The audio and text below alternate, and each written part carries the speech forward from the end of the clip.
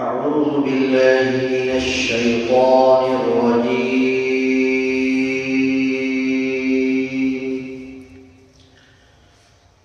بسم الله الرحمن الرحيم.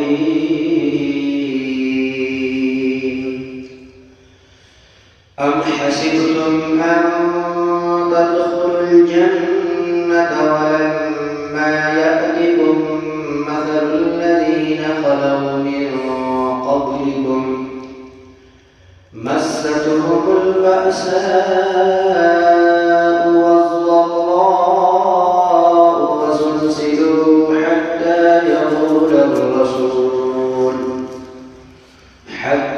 يقول الرسول والذين آمنوا معه متى نصر الله ألا إن نصر الله قريب. يسألونك ماذا ينفقون قل ما أنفقتم من خير فللوالدين والأقربين واليتامى والمساكين وابن السبيل وما تفعلوا من خير فإن الله به عليم.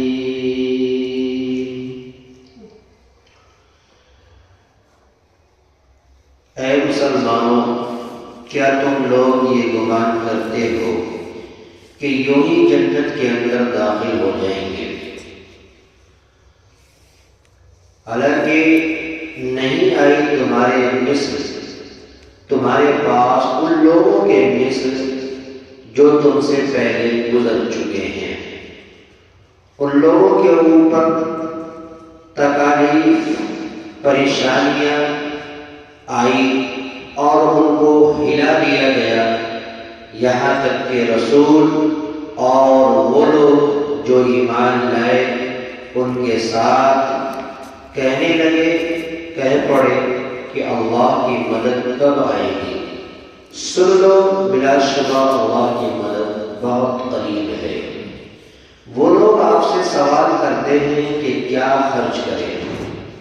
آپ کہہ دیجئے کہ جو کچھ تم اپنے مال میں سے خرچ کرو گے تو وہ اپنے والدین کے لیے، قریبی رشتہ داروں کے لیے، یتیموں اور مسکینوں کے لیے اور مسافروں کے لیے ہے. اور نہیں تم خرچ کرتے ہو، نہیں تم بھلائی کا کام کرتے ہو، بلا شبہ اللہ تبارک و تعالی جاننے والے ہیں، اس کو جاننے والے ہیں. 2 آیتیں کریمہ کی تلاوت ہوئی. پہلی آیت یعنی 114 اور 115 سورۃ البقرہ کی. ان 2 آیتوں کریمہ کے اندر ایک خاص پیغام کی طرف اشارہ ہے، ایک خاص نوعیت کی طرف اشارہ ہے. پہلی آیت کے اندر یہ کہا گیا کہ مسلمان، یہ تم گمان کرتے ہو کہ تم یوں ہی جنت کے اندر داخل کر دیے جاؤ گے، حالانکہ تمہارے اوپر کوئی پریشانیاں نہیں آئی، کوئی مصیبتیں نہیں آئی، تم مفت میں جنت حاصل کرنا چاہتے ہو. یہ تو ہرگز ممکن نہیں ہے، کیونکہ تم سے پہلے جتنے لوگ گزر چکے ہیں ان کے اوپر اللہ تبارک و تعالیٰ نے پریشانیاں، مصیبتیں، مشقتیں، بہت ساری پریشانیوں سے، مشقتوں سے، کٹھنائیوں سے ان کو گزرنا پڑا ہے اور بڑی بڑی آزمائشوں سے گزرنا پڑا ہے. تب جا کر کے اللہ تبارک و تعالیٰ نے ان کو جنت نصیب کری ہے. لیکن آج کے مسلمان یہ چاہتے ہیں کہ ہم یوں ہی جنت کے اندر داخل ہو جائیں. حالانکہ ان زمانے کے اندر ان لوگوں پر زلزلے آئے، مصیبتیں آئے، ان کو ہلایا گیا اور ایسی ایسی مصیبتیں آئیں کہ صحابہ کرام رضوان اللہ علیہم اجمعین کی مقدس جماعت، آپ صلی اللہ علیہ وسلم اور رسول کے جو بھی متبعین تھے، ان لوگوں کہنے لگے، کہہ پڑے کہ اللہ کی مدد کب آئے گی، اللہ کی مدد ہم پر کب آئے گی؟ تو اللہ تبارک و تعالیٰ نے کہا کہ گھبراؤ نہیں، بلا شبہ اللہ کی مدد بہت قریب ہے۔ اس آیت کریمہ کے اندر ایک بات سامنے آتی ہے کہ قرآن کریم کی دوسری اور دیگر آیتوں سے یہ بات ثابت ہوتی ہے کہ اللہ تبارک و تعالیٰ ایمان والوں کے اوپر کوئی ایسی مصیبتیں اور مشقتیں دیے بغیر ان کو جنت کے اندر داخلہ نصیب کرتا ہے۔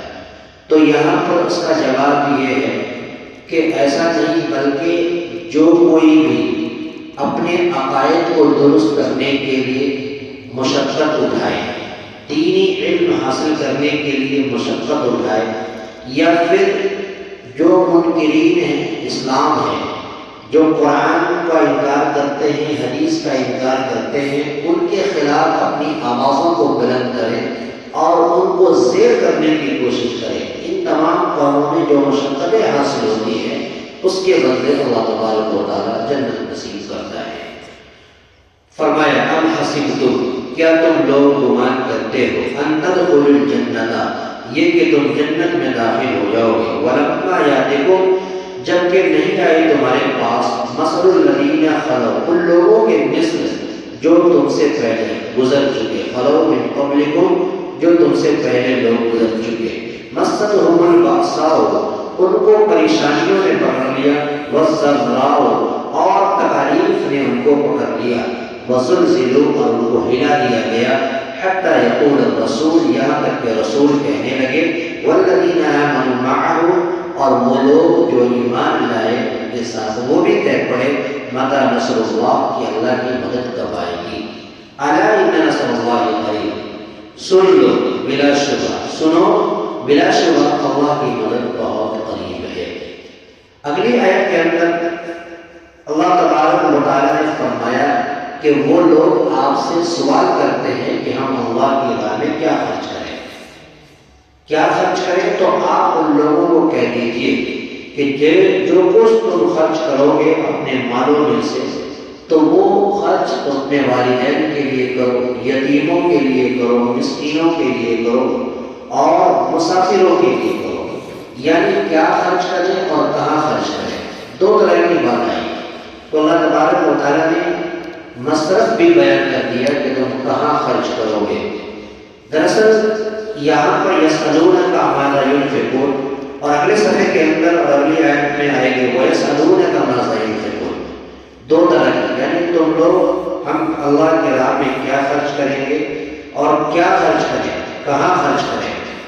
تو یہاں پر اللہ تبارک و تعالیٰ نے بیان کر دیا کہ تم اللہ کے راہ میں مال خرچ کرو، اور اس کے لیے خرچ کرو تمہارا مال جو والدین، یتیموں، مسکینوں اور مسافروں کے لیے ہونا چاہیے۔ دراصل یہ اعتراض اور یہ شبہ جو پیدا ہوا حدیث کے ایک جملے سے، جس میں اللہ کے رسول صلی اللہ علیہ وسلم نے ارشاد فرمایا کہ بہت سے صحابہ نے یہ عرض کیا کہ ہم اپنے مالوں کو کہاں خرچ کریں، کیا خرچ کریں اور کہاں خرچ کریں۔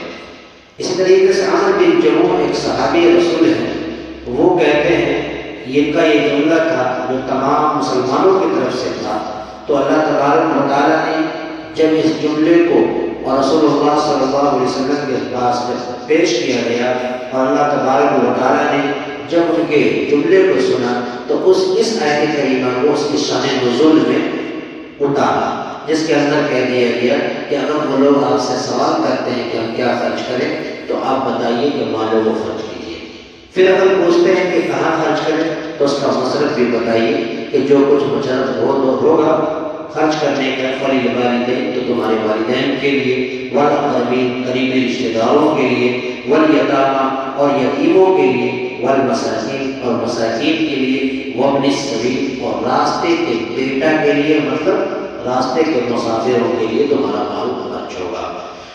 یسألونک ماذا ينفقون، وہ لوگ آپ سے سوال کرتے ہیں کہ ہم کیا خرچ کریں، قل ما انفقتم، تو آپ کہہ دیجیے جو کچھ تم خرچ کرتے ہو من خیر، بھلائی کے کاموں کے لیے یا اپنے مالوں میں سے، فللوالدین والدین کے لیے ہوگا، والاقربین تمہارے قریبی رشتہ داروں کے لیے، والیتامیٰ یتیموں کے لیے، والمساکین اور مسکینوں کے لیے، وابن السبیل اور مسافروں کے لیے، وما تفعلوا من خیر فإن اللہ بہ علیم، اور جو کچھ تم خرچ کرتے ہو بھلائی میں سے، فَإِنَّ اللَّهَ بِعَلِيمٌ، تو بلا شبہ اللہ تبارک و تعالیٰ اس کو جاننے والے ہیں۔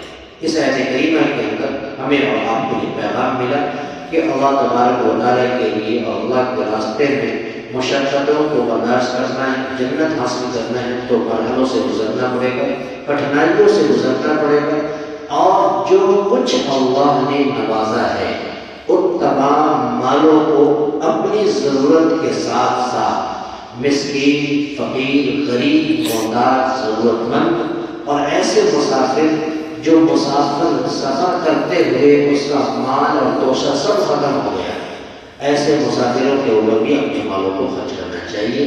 یہ نیکی کے مصارف اللہ نے بیان کیا۔ اللہ تعالیٰ سب کو عمل کی توفیق عطا فرمائے۔ وآخر دعوانا الحمد للہ رب العالمین۔ اللهم صل على سيدنا محمد وعلى آل سيدنا محمد وبارك وسلم۔ ربنا آتنا في الدنيا حسنة وفي الآخرة حسنة وقنا عذاب النار۔ رب اجعلني مقيم الصلاة ومن ذريتي ربنا وتقبل دعاء، ربنا اغفر لي ولوالديك وللمؤمنين يوم يقوم الحساب۔ یا الہ العالمین رب کریم اور کریم پروردگار عالم، اے اللہ آج کی درس قرآن کو بے حق قبول فرما۔ اے اللہ درس قرآن پڑھا گیا، سنا گیا، جو بھی کمی بیشیاں ہو گئی ہو مولا سے معاف فرما۔ صحیح جو پڑھا گیا، سنا گیا، ہم تمام لوگوں کو اس پر عمل کرنے کی توفیق و رحمت فرما۔ ہم سبوں کو قرآن کی محبت دلوں کے اندر عطا فرما۔